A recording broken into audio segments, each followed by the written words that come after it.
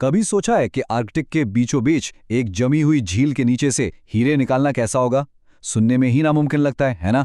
तो आज हम डायोबिक डायमंड माइन की उसी नाकाबिले यकीन कहानी की गहराई में उतर रहे हैं। एक ऐसा मंसूबा जिसने इंजीनियरिंग की सारी हदें तोड़ दी और कुदरत की सख्तरीन ताकतों को चैलेंज किया। तो यही है वो बड़ा सवाल, वो चैलेंज जो किसी साइंस फिक्शन फिल्म का हिस्सा लगता है। आप आर्कटिक के मुंजमद दिल में एक बहुत बड़ी झील की तह से अरबों डॉलर के हीरे कैसे निकालेंगे?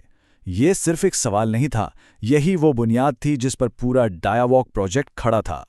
तो चलें कहानी के पहले हिस्से में चलते हैं, एक नामुमकिन खजाना। सबसे पहले इस जगह को समझना जरूरी है जहां ये सब कुछ हुआ। हम बात कर रहे हैं कनाडा के नॉर्थ वेस्ट टेरिटरीज की, एक ऐसी सरजमीन जो दूर दूर तक फैली हुई है, बहुत दूर दराज और बेरहम है। ये एक ऐसी दुनिया है जहां जमीन सारा साल जमी रहती है और सर्दियां ऐसी लगती हैं जैसे कभी खत्म ही नहीं होंगी। और इस बर्फीली वसत के नीचे आखिर छुपा क्या था? एक ऐसा खजाना जिसका तसव्वुर करना भी मुश्किल है। लेकिन यह जमीन पर नहीं था, बल्कि लैक डे ग्रास नामी एक वसी झील की तह के नीचे 4 किम्बरलाइट पाइप्स, ये वो कुदरती आतिशफिशानी रास्ते हैं जिन्होंने अरबों साल पहले जमीन के अंदर से हीरों को सतह पर पहुंचाया था। वो वहीं इंतजार कर रही थीं। तो अब जरा चैलेंज को समझें। हीरे पानी के नीचे थे, और ये कोई आम पानी नहीं था। ये एक आर्कटिक झील थी जहां दर्जा हरारत -40 डिग्री तक गिर जाता है, और परमाफ्रॉस्ट यानी हमेशा जमी रहने वाली जमीन सैकड़ों मीटर गहरी है। सच पूछें तो ये एक ऐसा इंजीनियरिंग का डरावना ख्वाब था जिसे ज्यादातर लोग नामुमकिन कहकर वहीं छोड़ देते। अब आता है दूसरा हिस्सा, जमी हुई झील पर काबू पाना। इस नामुमकिन चैलेंज से निपटने के लिए इंजीनियर्स को 2 हैरतअंगेज चीजें बनानी थीं। एक लाइफलाइन जो उन्हें बाकी दुनिया से जोड़ती, और एक किला जो उन्हें झील की बेपनाह ताकत से बचाता। वो लाइफलाइन दुनिया की सबसे अजीब और शानदार सड़कों में से एक थी, तिब्बत से कॉन्टुइटो जाने वाली सरमाई सड़क। ये कोई पक्की सड़क नहीं, ये 400 किलोमीटर लंबी एक आरजी शाहराह है जिसे हर साल जमी हुई झीलों पर बनाया जाता है। साल के 10 महीने तो ये कान बाकी दुनिया से तकरीबन कटी रहती है, सिवाय जहाज के। लेकिन जब भारी मशीनरी और सामान की बात आती है तो ये बर्फानी रास्ता ही वाहिद उम्मीद होता है। जरा इस बात पर गौर करें, इस सड़क का 85% हिस्सा सीधा जमी हुई झीलों के ऊपर है। तसव्वुर करें कि लाखों टन वजनी ट्रक, ईंधन, सामान और बड़ी बड़ी मशीनें लेकर सिर्फ जमी हुई पानी की एक तह पर सफर कर रहे हैं। ये फितरत और इंजीनियरिंग के दरमियान एक इंतहाई नाजुक रक्स है जो हर साल सिर्फ चंद हफ्तों के लिए ही मुमकिन हो पाता है। लाइफलाइन तो बन गई, अब बारी थी किला बनाने की। ज़ेरे आब हीरो के मसले का हल जितना सादा था उतना ही दिलेराना भी था। झील को ही रास्ते से हटा दो। और उन्होंने ये किया कैसे? चट्टानों से बनी बहुत बड़ी दीवारें यानी डाइक्स बनाकर, जो पानी को पीछे रोके रखती थीं। यूं समझें कि उन्होंने झील के बीचों बीच अपना एक जजीरा बना डाला। ये कोई 1-2 दिन का काम नहीं था, ये एक कई साला मंसूबा था जिसे 3 बड़े मरहलों में तकसीम किया गया। पहला, बुनियाद की तैयारी, जिसमें झील की तह से नरम मट्टी और बड़े पत्थरों को साफ किया गया। दूसरा, दीवार की तामीर, जिसमें आसपास की चट्टानों को तोड़कर लाखों टन वजनी दीवारें खड़ी की गईं। और आखिर में सबसे ड्रामाई मरहला, पानी निकालना। दीवारों के अंदर से लाखों क्यूबिक मीटर पानी पंप करके बाहर निकाला गया, और तब जाकर आखिरकार झील की तह और उसमें छुपे हीरे नजर आने लगे। ये मंजर उस मंसूबे की वसत को बेहतरीन तरीके से दिखाता है। ये एक ही वक्त में एक समंदरी और जमीनी तामीराती प्रोजेक्ट था। एक तरफ पानी पर देवाहिकल क्रेनें और कश्तियां काम कर रही थीं, तो दूसरी तरफ किनारे पर बड़ी बड़ी मशीनें चट्टानों को अपनी जगह पर जमा रही थी। ये इंसान की बनाई हुई एक नई जमीन थी जो झील के बीच से उभर रही थी। तो अब आता है तीसरा हिस्सा, जमीन के नीचे का सफर। झील पर काबू पा लिया गया, अब असल काम यानी कानकनी शुरू हो सकता था।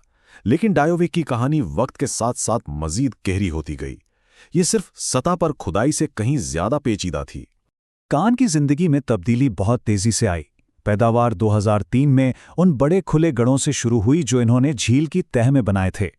2010 तक ऑपरेशंस जमीन के नीचे मुंतकिल होना शुरू हो गए, और सिर्फ 2 साल बाद 2012 तक पूरी कानकुनी सतह से हटकर मुकम्मल तौर पर ज़ेरे ज़मीन हो चुकी थी। ये कान की जिंदगी का एक नया और गहरा बाब था। झील की तह के नीचे उन्होंने एक बिल्कुल नई दुनिया बना डाली। 20 किलोमीटर से ज्यादा लंबी, गर्म और हवादार सुरंगों का एक जाल जो परमाफ्रॉस्ट के अंदर से गुजरता हुआ सीधा हीरों से भरी पाइप्स तक पहुंचता था। ये एक ज़ेरे ज़मीन शहर की तरह था जो आर्कटिक की जमी हुई झील के नीचे सिर्फ एक मकसद के लिए बनाया गया था, हीरे निकालना। चौथा हिस्सा, A21 की वापसी। देखिए, डाइवो की कहानी सिर्फ बड़ी मशीनों और ताकत की नहीं है, बल्कि ये जहानत और जिद्दत की भी है। और इसकी सबसे बेहतरीन मिसाल A21 नामी चौथी कम्बरलाइट पाइप की कहानी में मिलती है। A21 पाइप बाकी 3 के मुकाबले में सबसे छोटी थी। शुरू में जब हिसाब लगाया गया तो पता चला कि ये तो फायदे का सौदा ही नहीं है।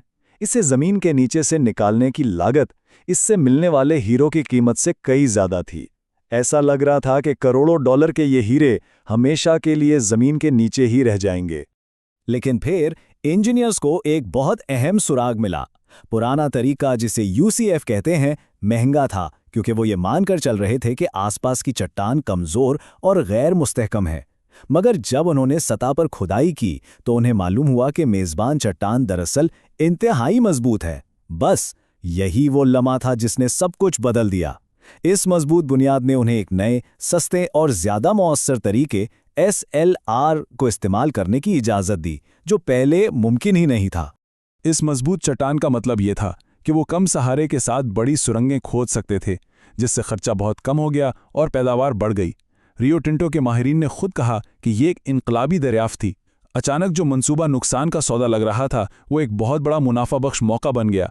सिर्फ ज़हीन मुशाहिदे और जिद्दत ने एक यकीनी नुकसान को एक बड़ी जीत में बदल दिया था। A21 को बचा लिया गया था। पांचवां और आखिरी हिस्सा, निकूश मिटाना। हर कान की तरह डायोविक की भी एक जिंदगी है, लेकिन इसकी कहानी आखिरी हीरे के साथ खत्म नहीं होती।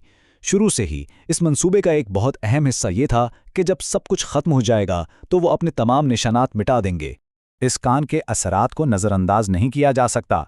2003 से लेकर अब तक डायोविक ने 100 मिलियन कैरेट से ज़्यादा आला मेयार के हीरे पैदा किए हैं। इसने इसे दुनिया के सबसे अहम हीरो के ज़राए में से एक बना दिया है। लेकिन डायोविक की मिरास सिर्फ हीरों तक ही महदूद नहीं है। उन्होंने पायदारी के लिहाज पर भी नामुमकिन को मुमकिन कर दिखाया। उन्होंने दुनिया की सबसे बड़ी विंड डीजल हाइब्रिड पावर सहूलत बनाई, जो -40 डिग्री में भी काम करती है। ये इस बात का सबूत है कि काबिल तजदीद तवानाई दुनिया के सबसे खतर मौसमों में भी एक हकीकत बन सकती है। और अब आखिरकार ये कहानी अपने इख्तिताम को पहुंच रही है। जब 2026 के आसपास ये कान बंद होगी तो एक ऐसा बहाली का मंसूबा शुरू होगा जिसकी मिसाल नहीं मिलती। तमाम इमारतें हटा दी जाएंगी, चट्टानों के ढेरों को जमीन की कुदरती शक्ल में ढाल दिया जाएगा, और फिर आएगा सबसे ड्रामाई लम्हा। वो देवहाइकल दीवारें जो उन्होंने इतनी मेहनत से बनाई थी, उन्हें तोड़ दिया जाएगा और लैक द ग्रास का पानी बहकर जमीन पर वापस आ जाएगा, जिसे उन्होंने सिर्फ आर्जी तौर पर उधार लिया था। और ये सब हमें एक आखिरी गहरे सवाल पर ला खड़ा करता है। डायोविक जैसी जगह से निकलने वाले हीरे की असल कीमत क्या है? क्या ये सिर्फ बाजार की कीमत है, या इसमें वो इंसानी जहानत, इंजीनियरिंग की हिम्मत और माहौलियाती जिम्मेदारी भी शामिल है जो उसे निकालने में लगी? ये हमें सोचने पर मजबूर करता है। जब हम जमीन से ऐसे खजाने उधार लेते हैं तो हम उस कर्ज को आखिर अदा कैसे करते हैं?